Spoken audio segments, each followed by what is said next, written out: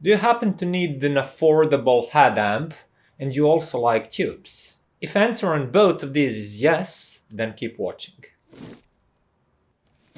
Hi guys and welcome back to my channel. Now what we have here today is a little bit peculiar head amp. And I'll try to explain why is interesting. First of all, if you're familiar with xDuoo, you probably know that they like to make these hybrid amps, which usually consists of a tube preamplifier section, and then they add Class A power amp section. So basically what you get is a hybrid that gets some of the sonic character from tubes, but then it gets a lot of grunt and speed from that Class A amplification part, and of course a lot of power. Also, if you watched maybe my review of MT-602, you probably already know that I liked it quite a bit. And you can guess by the name, MT-604 sits a little bit higher in the spectrum. It's also more expensive at $170 US. But as you can see, this one is bigger, wider, it has more tubes. Another big difference is that this head amp is actually fully balanced. And that brings us to connectivity. On the back here, you can actually see there is a pair of balanced XLR inputs. That's it, that's all. No RCA single-ended inputs. In my opinion, this is a tricky decision because if you want to use both for any reason, well, you can't. It's just balanced input here, another balanced in on the front of the unit. It's 4.4 millimeters Pentacon balanced connector, but no single-ended inputs whatsoever. So that's it. It's just a head amp, no digital inputs too, meaning it does not have integrated DAC inside. And talking about outputs, story is very similar. Again, we only have balanced output. One is XLR, while the other one is again 4.4 millimeters Pentacon. Again, no single-ended output, and that means this is basically aimed at a very narrow group of consumers that are well aware that they are going to use fully balanced pot. Starting with a DAC that has to have balanced outputs, so you can connect it to this one, and ending in headphones that again use balanced cable. Another interesting thing to mention that there is no input selector. So basically it's left to you. You either use the XLR on the back or 4.4 millimeters on the front. There is no input selector. Don't connect them both at the same time. If you're wondering what these two knobs are then for, if there is no input selector, well, both of these are for controlling volume. One is for the left channel, the other one is for the right channel. Yes, you can control the volume on your headphones separately for each channel. Now, I consider that to be a little bit weird, to be perfectly honest.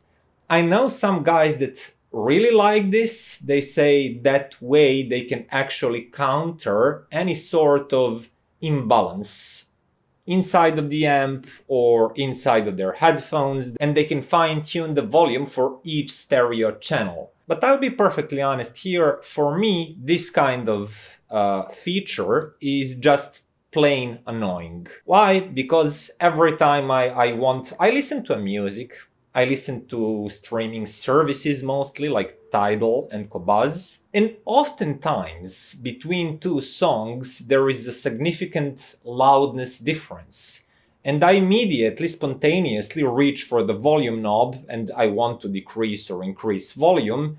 Well, here I have to do it for each channel separately, and I again have to fine-tune to match both of the channels so you don't get imbalance of the stereo imaging. I know you can put this to some sort of fixed level and then control inside of the software itself. I don't like doing that. I never so far found a software volume control that is as good as hardware ones.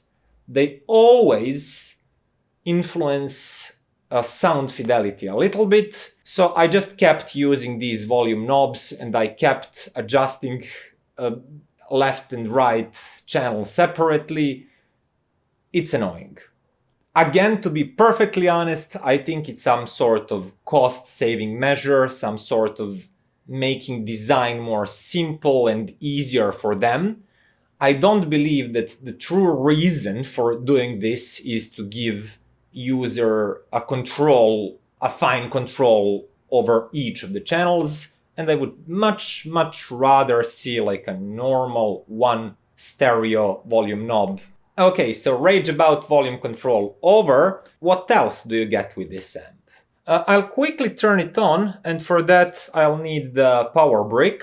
And as you can see, the power brick is located outside of the unit. That's why it's fairly compact and small, because the power is outside of the main casing itself. Okay, let's power it on. And now I'm not sure if you can see on the video because of the strong lights, but like really nice and pleasant orange glow is starting to show here. And worth mentioning is that there is a really short delay between the moment you turn on the unit and the moment that output is actually activated. And that short amount of time is used so tubes can achieve their optimal operating temperature, but it's really short. I think it's few seconds. From the moment you turn it on, you wait just for several seconds and then you'll hear a click.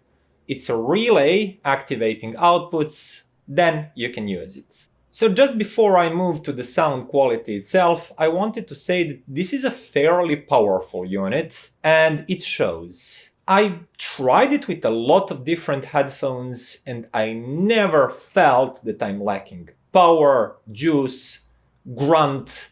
It's a really powerful unit that can drive basically anything you want. And that said, let's talk about the most important thing, and that's sound quality.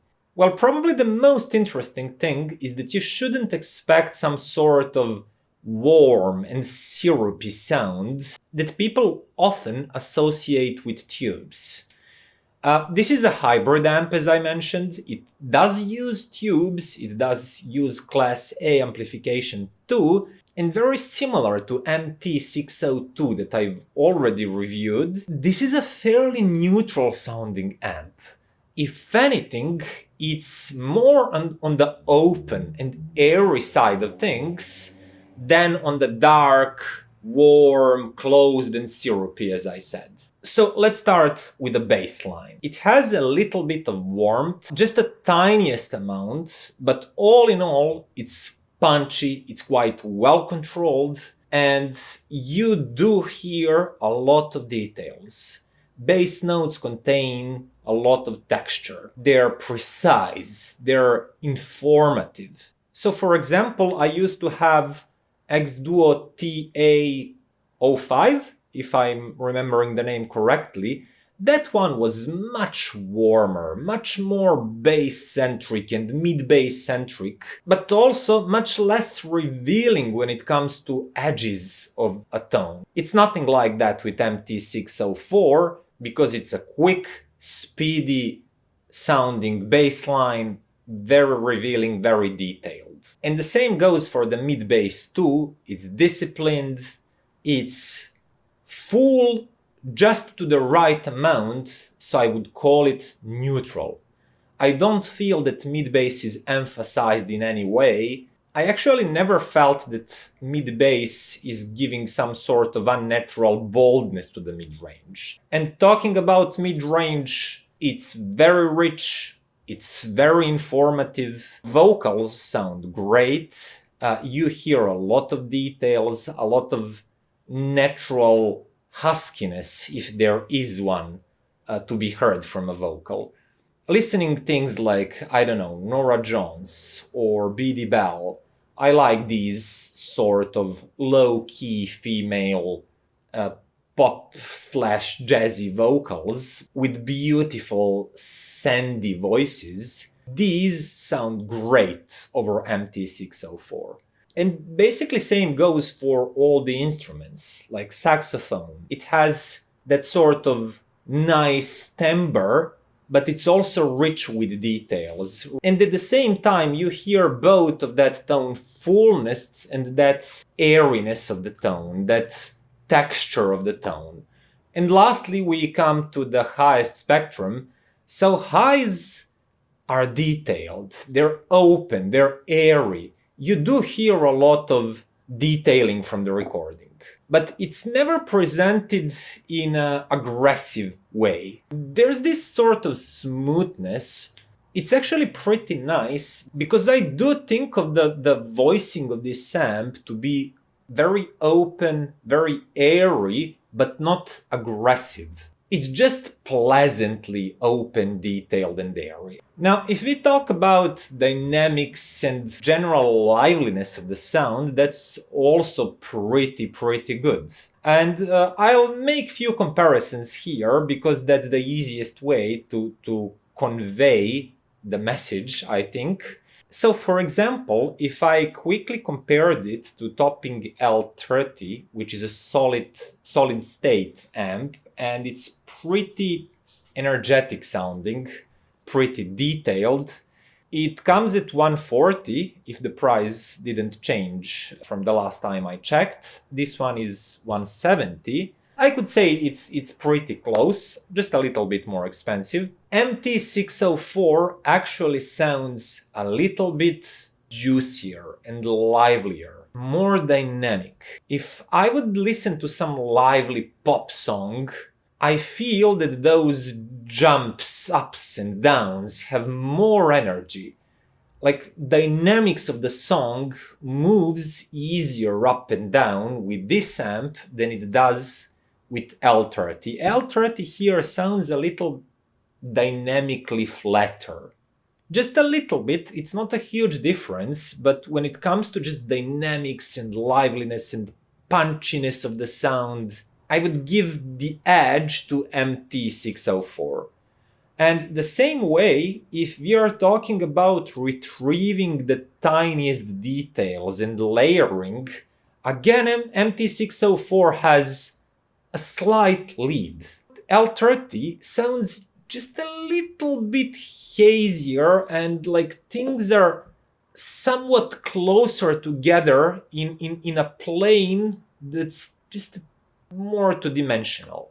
But I really repeat that differences are really small, and MT-604 it's not like immediately better, but you have to listen to it a little bit and then realize like, oh yeah, it's doing that thing better, and it's slightly more dynamic, slightly more resolving, and it has better layering. It gives more depth to the music. Now, if you're already having one of these, don't worry, the difference is not huge by any means. I just wanted to say that this one is a little bit better sounding in almost every aspect that I can think of.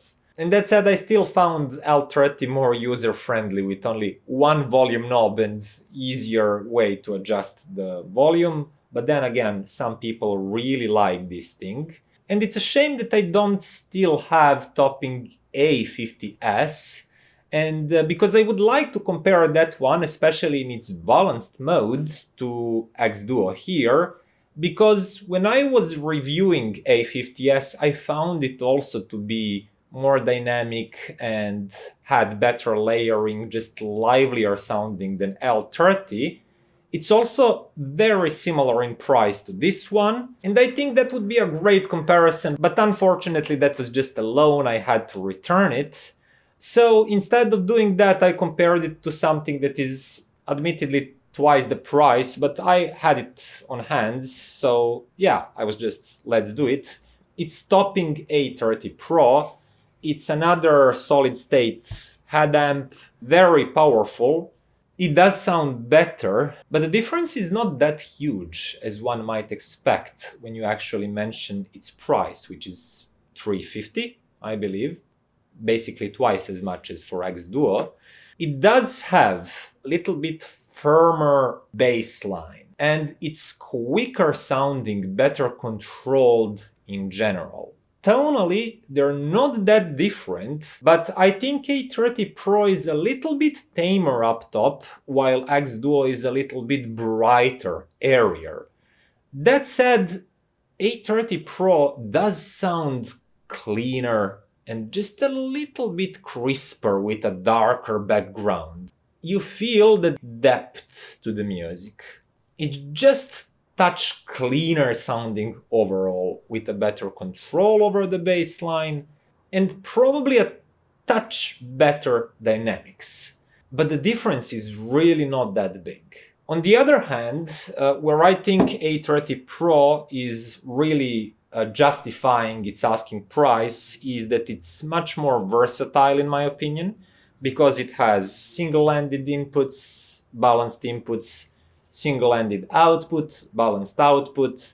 Again, I know I'm stuck on this one, but you can control both left and right channel with just one volume knob. It has 3 different gains that you can choose from. That's really neat. For example, xDuoo, for that same reason, is not really all that suitable for very sensitive in-ears.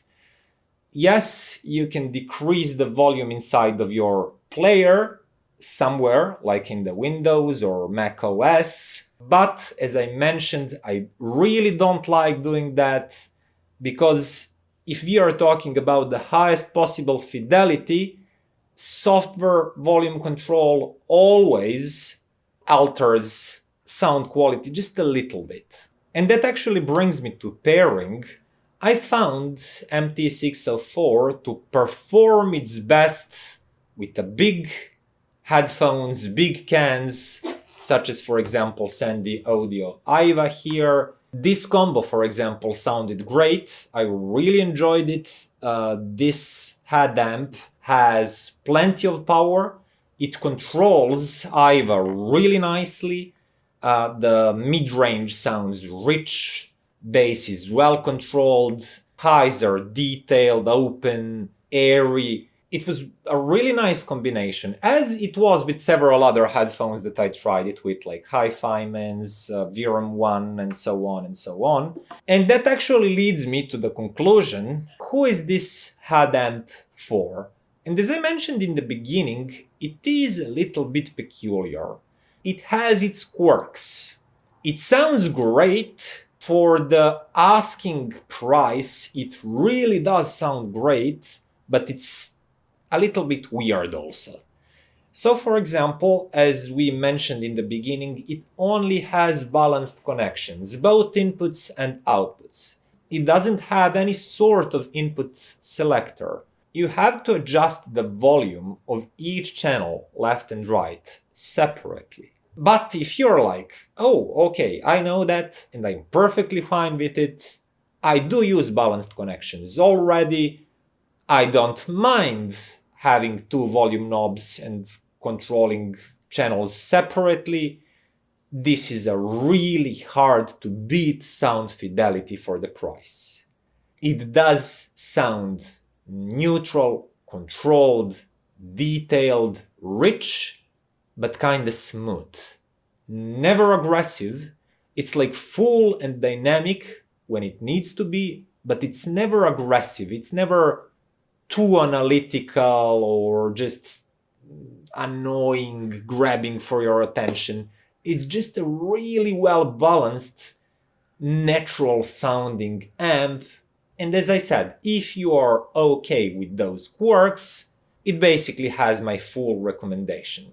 And if you're not, well, fortunately, there's a lot of head amps out there to choose from.